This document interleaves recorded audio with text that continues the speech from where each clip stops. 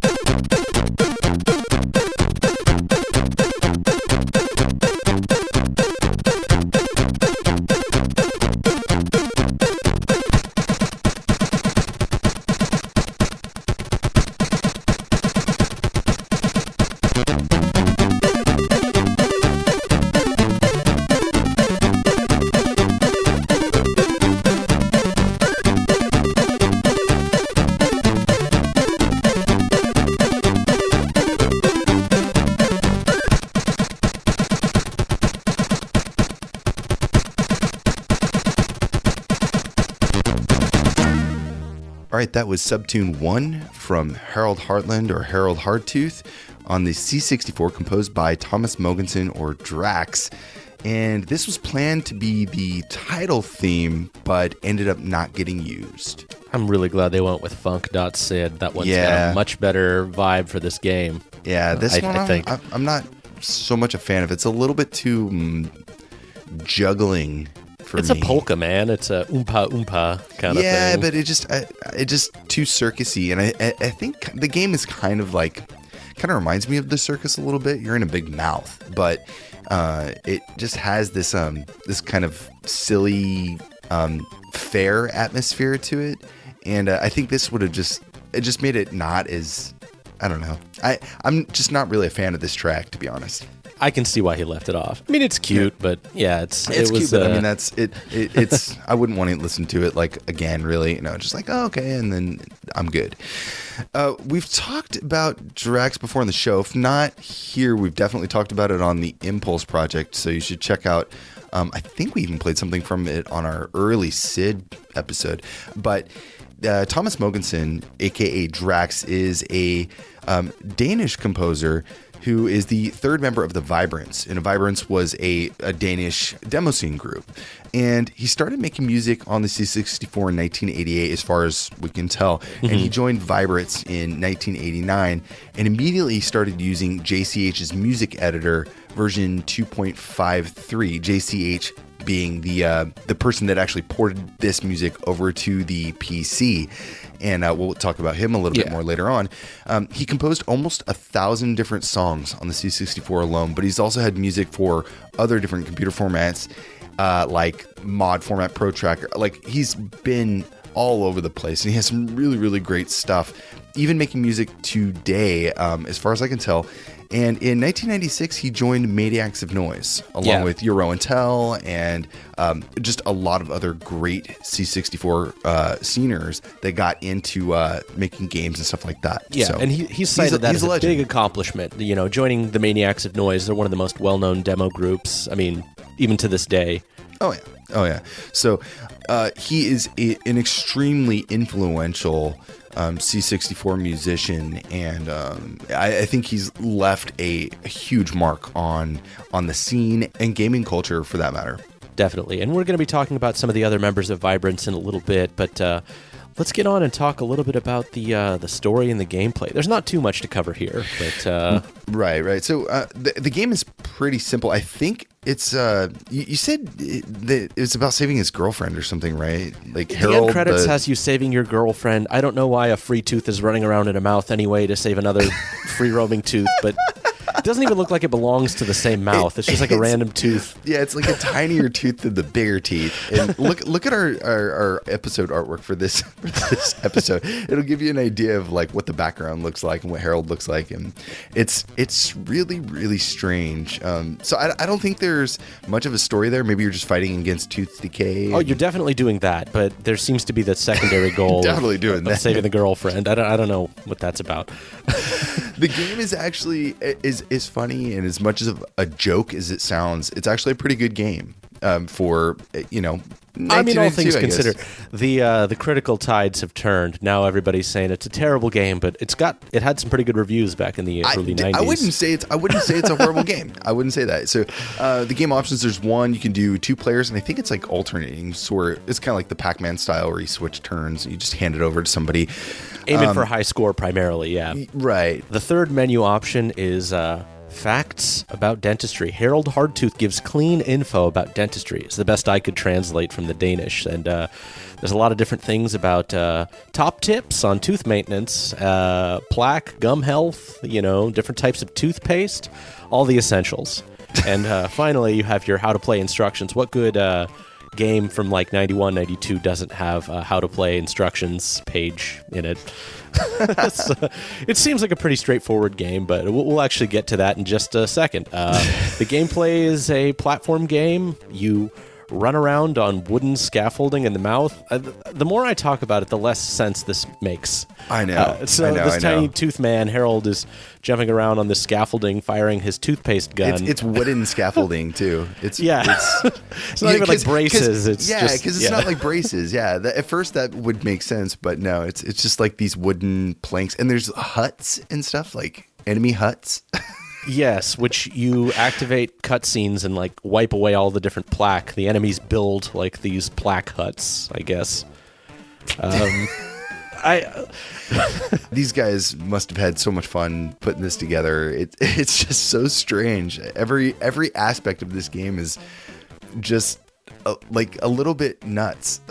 Well, when you boot it up, the first thing you see is their smiling faces promoting their game. So they must have been like given free reign to do whatever. You just see pictures of them like holding toothpaste or toothbrushes, smiling. So yeah, there's like a toothbrush in like a dentist chair, like kind of leaning back, relaxing. It's very, very, very odd. The more I talk about this game, the more I can't stop but smiling. Yeah, it makes us sound like we're crazy, but we assure you this is exactly as it's presented. Yeah, I know. Yeah. There's 4 enemies in the game: Slasker, Nasker, Tandminator, and Basker, I guess. I'm probably pronounced all those A's wrong. To my understanding, those translate to Slap, Munching, Toothminator, like the Terminator, because that was big in 92. And I could not find a translation for Bosker or Basker. I looked it up. It was just, nothing was coming up. I'm sure a Dane can give us some translation of what that really means. In any case, you... or don't translate any of this and we're totally cool with it. Yeah, whatever. So you have your toothpaste gun, which you run around and shoot people with, and you have to pick up more toothpaste because you can run out. I guess a bit of a little capitalist message there. What else is there to even say about this? I don't know how we're going to make it through this episode.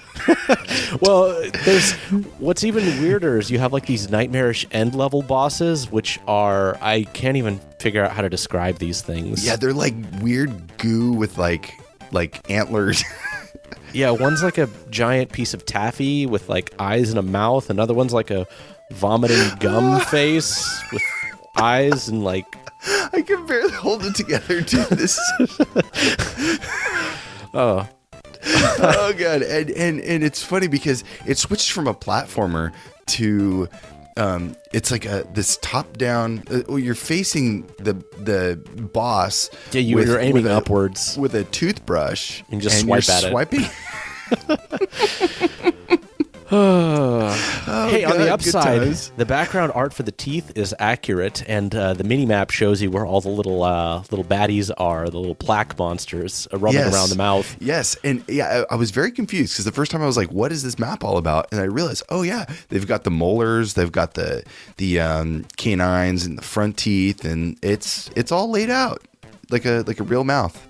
I mean, you figure they'd get something right, but I mean... The devs did a good job. They did a good job. Were given. I mean, it scrolls, so it's not just like, I mean, even on the C64, I believe it's scrolling too, right? It's not flat screens. I played the PC version, so just because I had it available. So I really like the game. I know some people say it sucks, but I mean, trust me, there's a lot worse games out there. I think it's just the whole advergames are ill-advised. It's not so much the programming is top-notch, really. The animations are great. They really put way more effort into this than they needed to. Yes.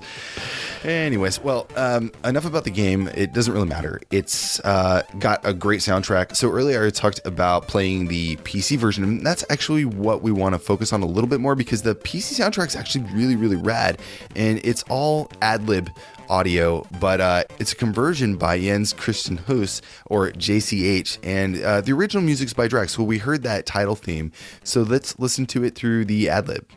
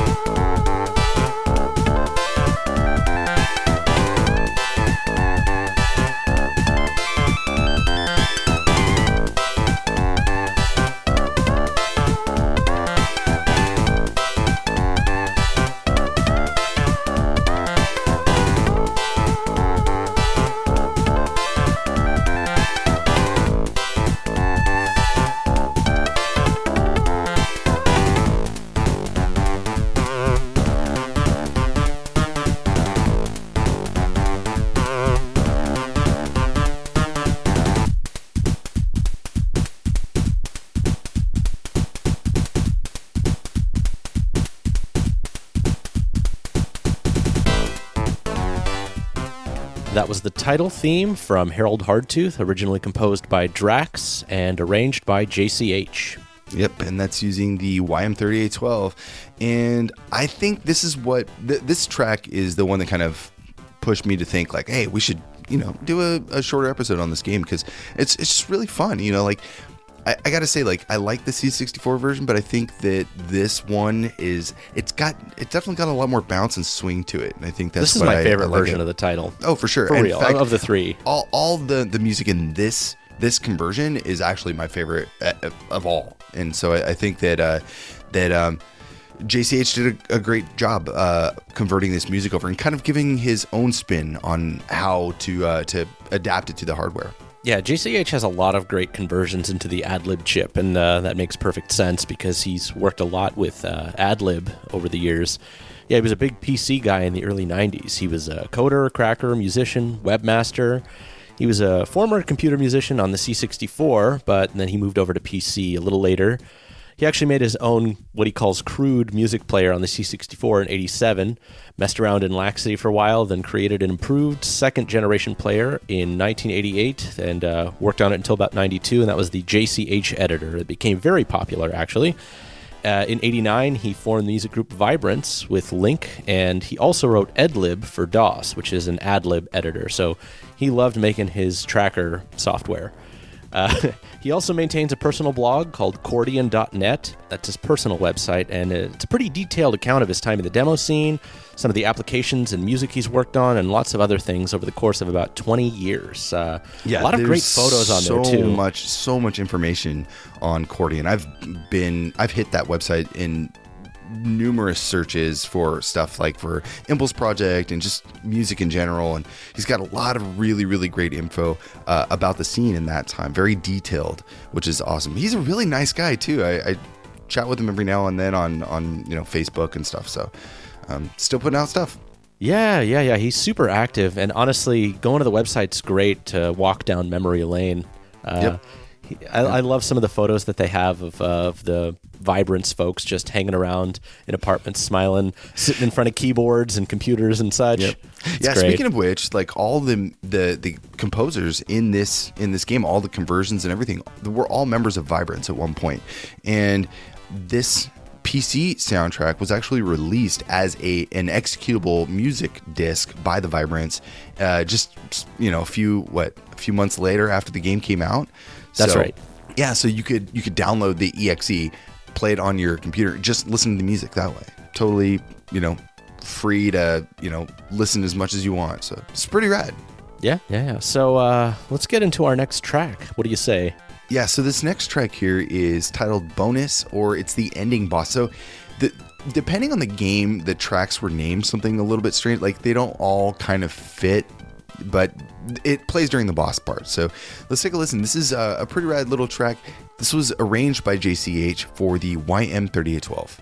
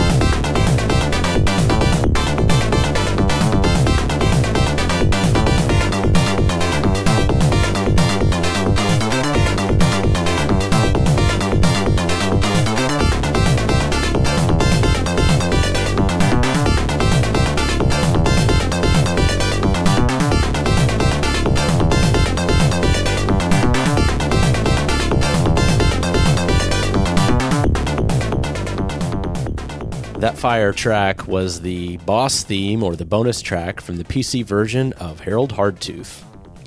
Yeah, this is a lot of energy. It's short. We had to loop it once there because it's only like 45 seconds long or something. Oh, like it's a short track, but yeah, but I should cool. use it to brush my teeth too. It's perfect, like about 2 minutes. That's how else would you fight Plague? I mean, that's how they do in this game.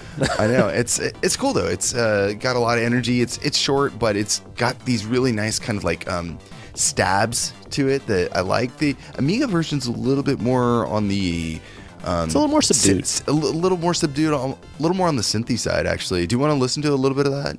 Let's do it.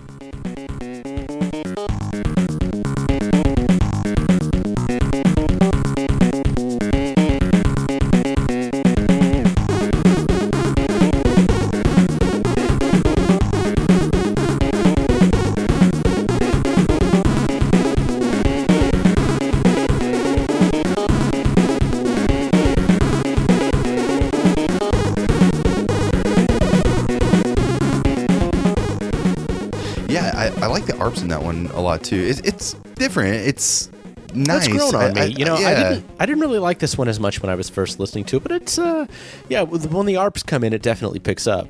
I think especially listen to it with like headphones on, you really get this nice kind of stereo effect. I mean, it's mixed. We're gonna split it for you guys like at least 60%, so you don't want to poke your ears.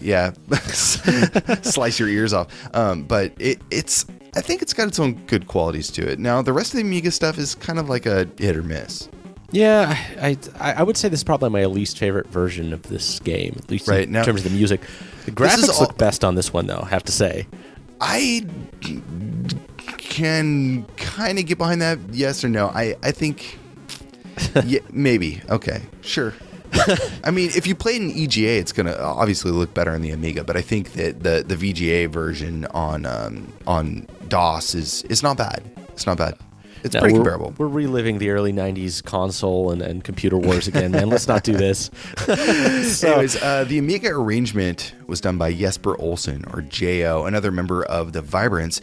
He joined around 1992. He was a coder and a musician. At that time, he was already well known as a C64 composer for Amok.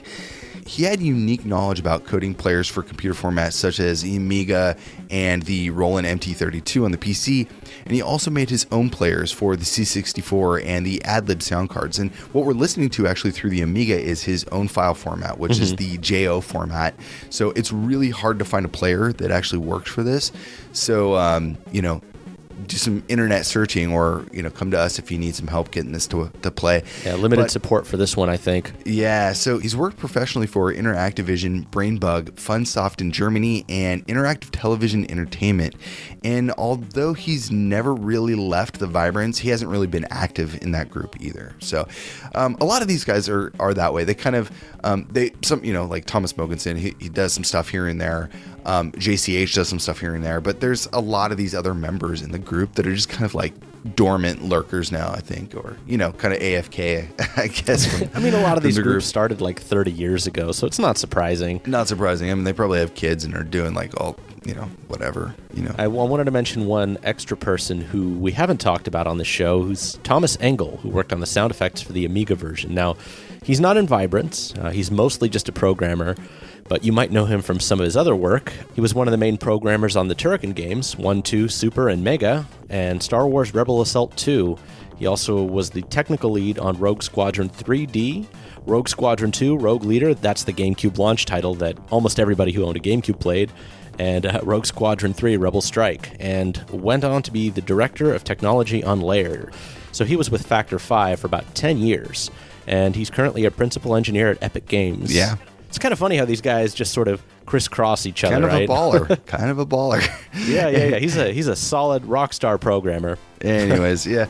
So a lot of really interesting composers that are a part of this soundtrack, even though it's such a niche game in a very small community that it was released for. So I'm glad that we talked about it today. So to wrap up here, today we covered Harold Hardtooth for the C64, Amiga, and IBM PC, composed by Thomas Mogensen, a.k.a. DRAX, with arrangements by Jens-Christian Huus and Jesper Olsen. If you want more on the show, then check us out online at pixelatedaudio.com for show notes and the track list. We can also be found on Twitter at pixelatedaudio or our Discord server. Yes, and if you want to get on our Discord action, go to our website and you can find a link there with the invite and come chat with us. We have new stuff posted all the time. I can barely keep up, but I do read all the stuff that goes on in there. And there's a lot of good music, and I'm just very happy to be a part of the community. Yeah. So if you guys like the show, please leave a review on iTunes or give us some feedback. We'd appreciate that. If you want to help support the show, you can find us on Patreon at patreon.com/pixelatedaudio. And if you're new to our podcast, check out some of our past episodes, like this most recent one we did, which is Alex 4. So moving from Swedish indie games to Danish advergames. Similar wheelhouse there. We have our wonderful interview with Saori Kobayashi on Panzer Dragoon Saga, our episode with Megan McDuffie on River City Girls, and our episode with Chibi Tech at MagWest. They're all really, really great shows. Awesome. So the track taking us out of the show is the Hiscore theme for the PC version, arranged by JCH. Thanks, everybody, and we'll see you back in a couple of weeks for the next episode.